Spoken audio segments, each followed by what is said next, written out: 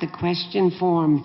And I would ask two things. One, please move into the aisle when you're ready to ask your question. And Bob will have the mic in this aisle and Dawn in this aisle.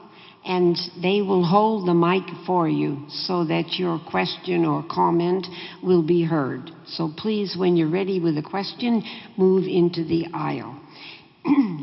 Secondly, please keep your questions concise and brief so that everyone that wants to can speak.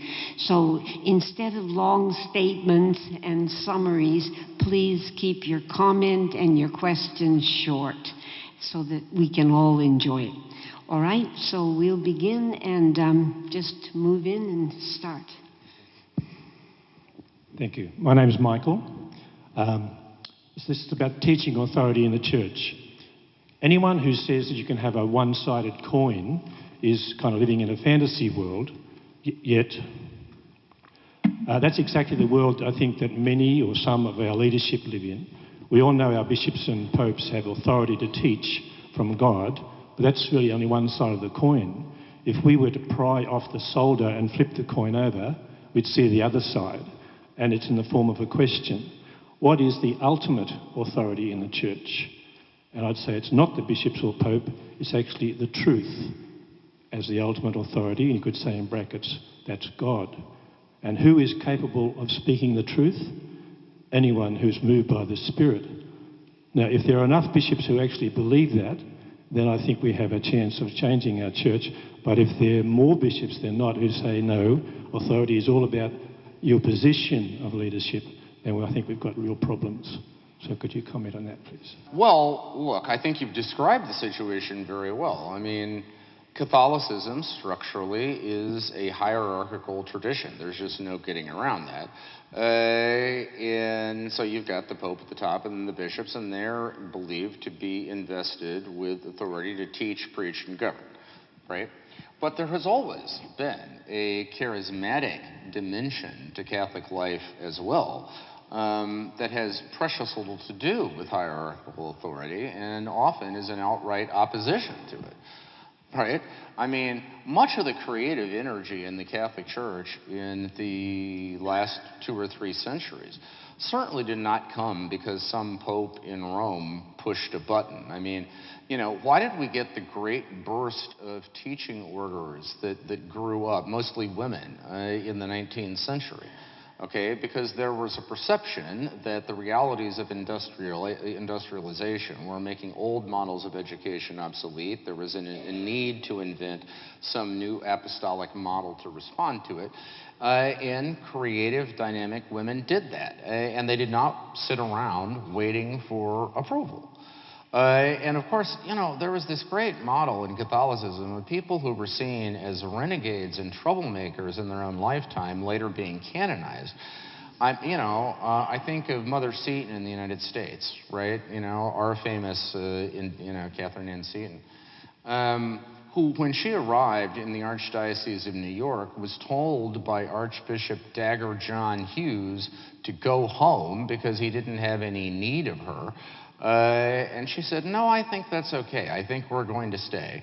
And she bought property on her own, and of course, within 10 years, was wrapped in a warm, loving embrace by the Archdiocese, if it had been their idea all along. Why did we get, the social teaching that, of course, flowered in the late 19th century with Rerum Novaris from Leo XIII? But, the origins of that were in a widespread perception among Catholic pastors that the church was losing the working classes. I mean, basically, there is a sense that we had lost the educated elite to secularism, and we were now losing the working class to socialism or communism or something like that, because the church wasn't in any compelling way answering their questions. You know, the ground spring of that social teaching was in the reflection, theological work, and so forth that had been done by people outside the hierarchy, which, with time, the wisdom of that was seen by the hierarchy and integrated. Why did we get the great flowering of the lay movements in the 20th century? I mean, we're talking about Schoenstatt and L'Arche and the Neo-Catechumenate and the San Egidio community and the Jerusalem community, the Emmanuel community, on and on. It is not because this was dreamed up in a PowerPoint presentation in a Vatican corridor somewhere. Okay, it's because charismatic lay Catholics, let's take the example of the Focolare, a lay Catholic woman by the name of Chiara Lubick, who was living in Trent at the time of the Second World War. And Trent was one of the cities in Italy hardest hit by the war. I mean, basically the city was in rubble. And after the war, she decided there was a need for a new form of Catholic spirituality that would be lay-led and that would be premised on the unity of the human family, that would seek to promote unity in all of its forms. They quickly became experts in ecumenical and interfaith dialogue, for instance. To this day, they have one of the most long-standing and successful Christian-Muslim dialogues in the world. They became engaged in conflict resolution and any number of other issues. You could say the same thing about the community of San Egidio, which just does marvelous work on so many fronts, including these days care for migrants and refugees. When Pope Francis went to the Greek island of Lesbos and brought back 12 Syrian refugees with him,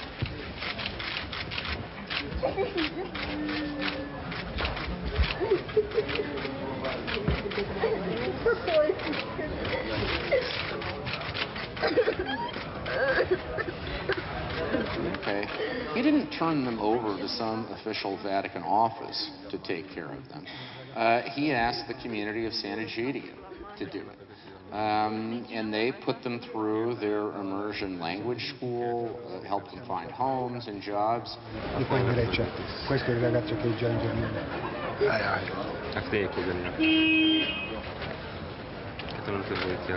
Voglio un suo amico.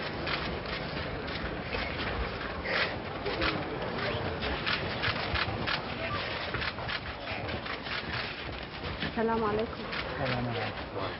بابا أنا لحالي هون مع طفلتين. Sono sola con due ragazzi. وأنا مريضة جدا. عندي مرض روماتيزم. Molto malato. بضرب على عيوني، إجري بتضرب على عيوني. وزوجي في ألمانيا. فأنا هربت من الظلم. Il marito è in Germania. أنا أرجو من حضرتك المساعدة.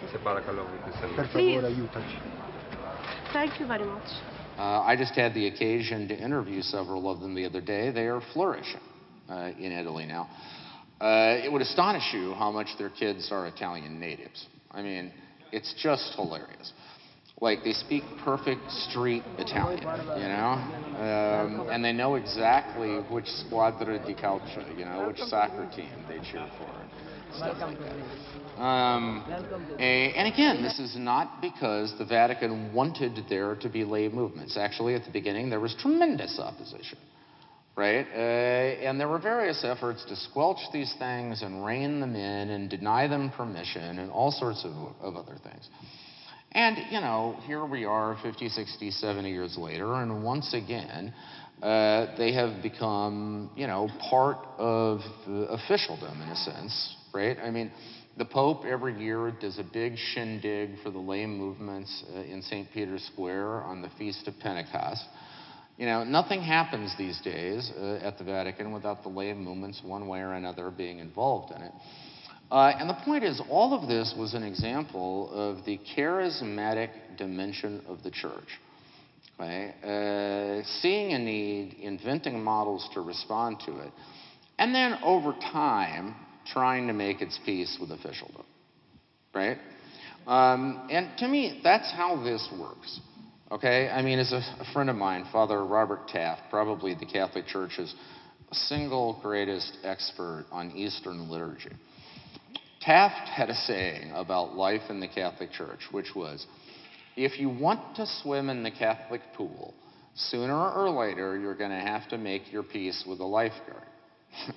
Meaning, you can't pretend the bishops are going away, okay? Episcopal leadership, hierarchical governance is part of the DNA of Catholicism. Effective charismatic leadership doesn't spurn that on principle.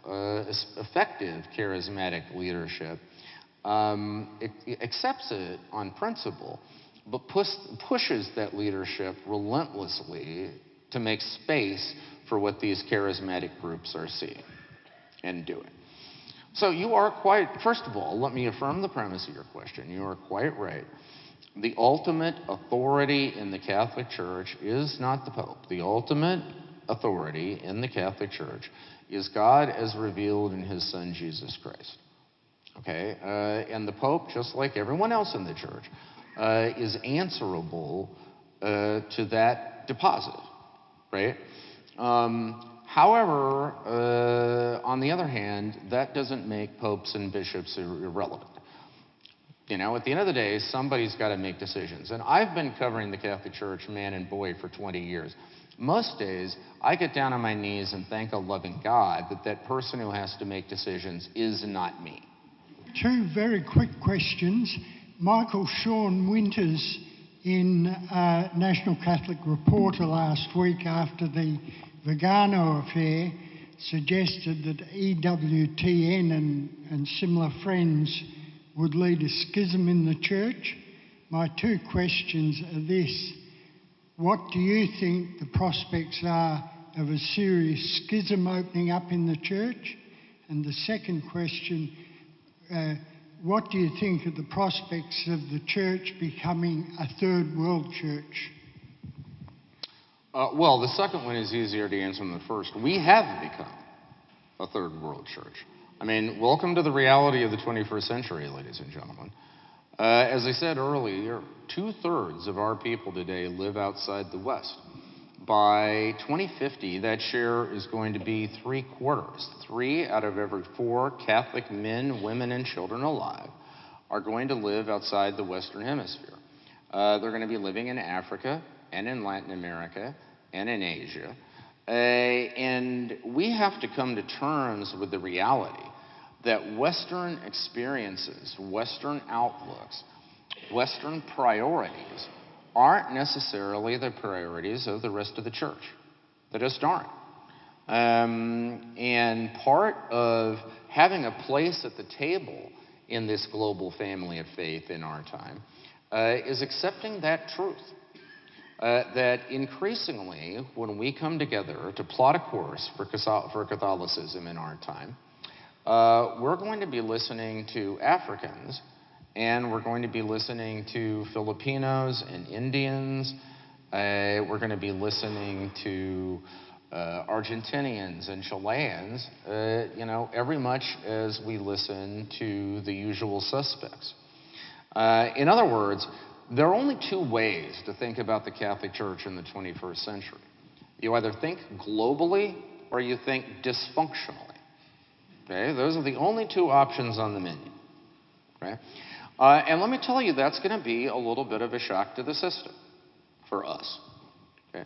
In general, we tend to speak very confidently about what laity want in our churches.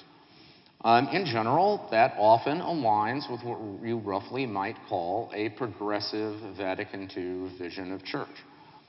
Not necessarily the vision of the rest of the Catholic world, at least on some points. And it's also not necessarily the vision of the younger generation that's coming up through the ranks of the Church, even within the West today. So, we're going to have to accept increasingly that being part of this family means we don't always get our own way. That solutions that are going to seem obvious to us, no-brainer stuff, aren't necessarily going to be obvious when refracted through the experience of the rest of the world. I mean, let me give you one classic example, okay? I know right here in Australia that because of the Royal Commission and the bishop's response to it, the issue of mandatory reporting of child abuse is very much in the air. And where the rubber hits the road in that debate right now is the seal of the confessional, right? Whether the seal should or should not be eroded in order to make it clear that if a priest learns of child abuse in the confessional, that even there he is required to report it. Now, I know there are mixed views on that in Australia, but let me tell you how this idea of mandatory reporting plays in some other parts of the world. Okay? Let me give you the example of India. Okay? Catholics are about 1.2% of the population in India. Now, of course, given that the population is about 120 billion, that's still a significant amount of people. Christians generally are about 2.3%. The Indian bishops have resisted a mandatory reporting policy for child abuse, and here's why. There are significant sections of the country right now that are politically under the control of the BJP, which is the political arm of the militant nationalist Hindu movement in India, that is explicitly hostile to the Catholic Church. Generally speaking, the police and judiciary there are entirely under the control of the political establishment. There are documented cases. I mean, you can find a couple of these on YouTube.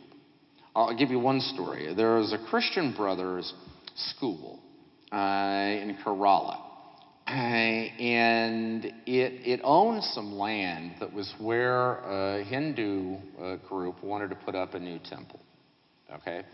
And they wanted to take this land. They wanted to buy it for the temple. But the Christian Brothers school refused to sell. So what happened next, unfortunately, the priest in question had the presence of mind to turn on his phone and to record this. The Christian brother who was in charge was brought in before the local magistrate and told that if they didn't sell land for this temple at a steep discount, by the way, then he was going to be charged with the rape of a young girl, and he would be prosecuted to the full extent of the law. Okay? My point is that there are parts of the world where the police are out to get you. Okay? I mean, in Australia, you can take for granted generally speaking, the integrity, the honesty, the fairness of the police and the judicial system. And in this environment, of course, a mandatory reporting policy makes all the sense in the world. But if you wonder why the Vatican or a pope has not imposed this globally, okay, that's part of the reason why. And thinking through issues in the church, my point is, involves the discipline of anticipating how they're going to play, not just here, but elsewhere. Short answer, we already are a developing church, and that was a Reader's Digest version of what it means. The other part of your question, sir, help me. Schism. Schism, right. Michael Sean Winters' comment. So the question is it realistic to expect that we might have a schism in the Catholic Church? Look, the de facto answer to your question is we already do. Okay? I mean, you look around, okay? I would submit to you that sociologically, what we have, again, in the Western world, and above all in its most concentrated form in the United States, okay? Because we are the mothership of polarization, folks. What we have in the West is there is no such thing called Catholicism. I would submit that we have multiple Catholicisms, okay? There is a progressive, sort of Vatican II-oriented version of Catholicism that tends to have its own meetings and listen to its own heroes and read its own websites and so on. There is a sort of avant-garde peace and justice social change form of Catholicism. Same thing is true. Has its own meeting circuit, has its own superstars, has its own journals and stuff like that. There would be a liturgical traditionalist form of Catholicism. Once again, has its own meetings, blah, blah, blah, moves in its own circles.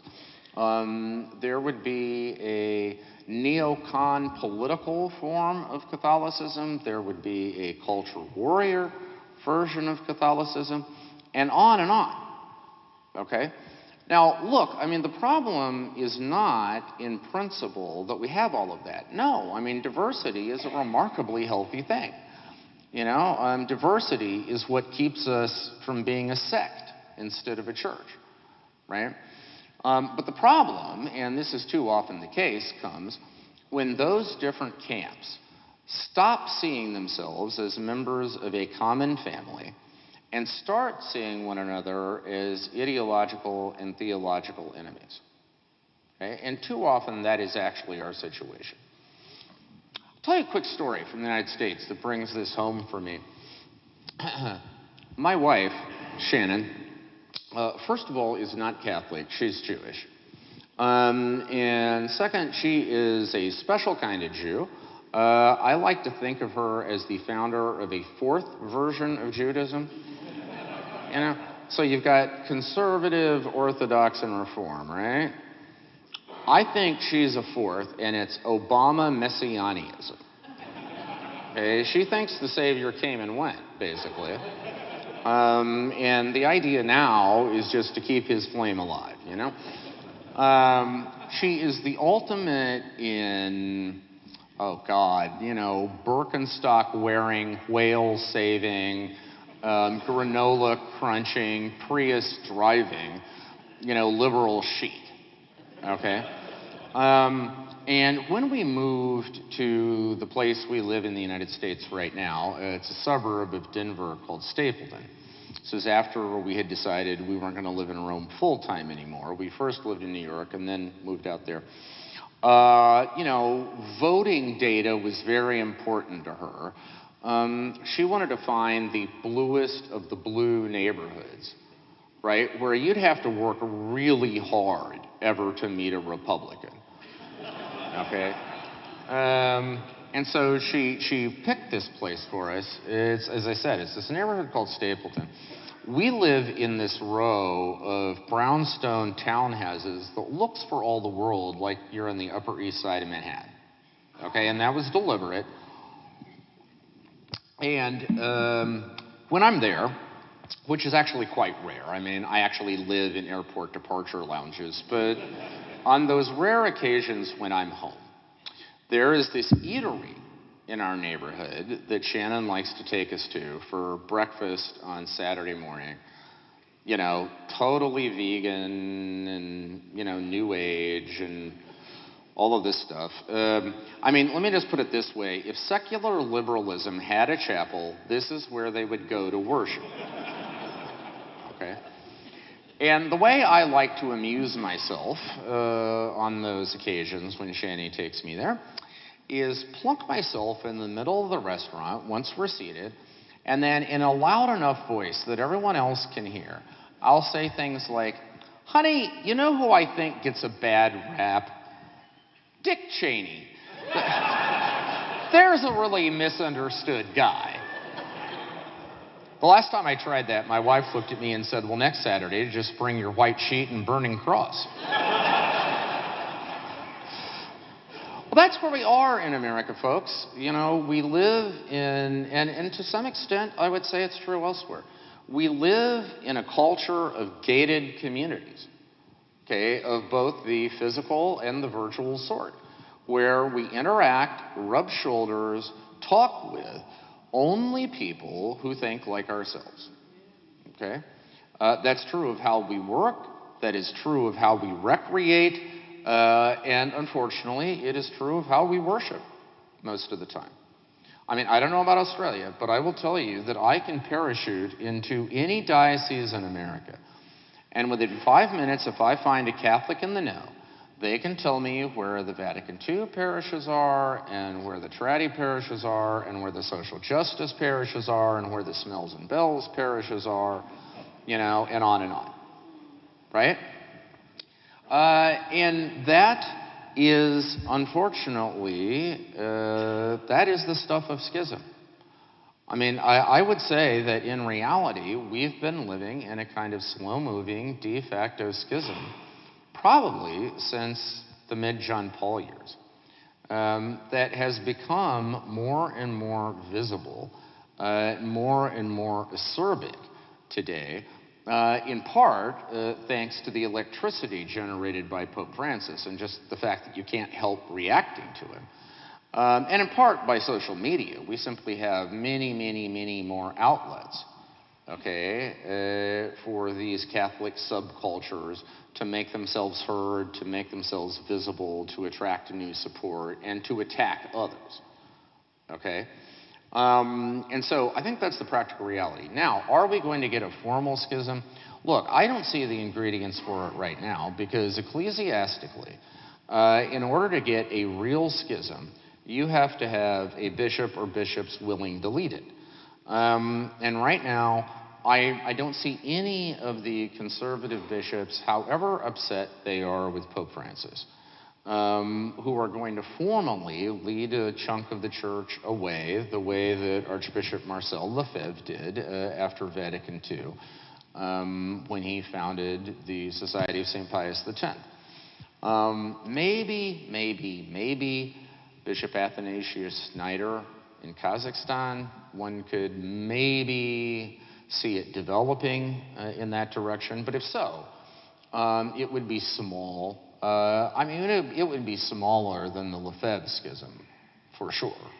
And beyond that, I don't see anyone else who is prepared to play that role. So I'm not as worried about formal schism, to be honest with you, as I am about this informal de facto schism that I think is one of the central distressing truths about Catholic life in our time.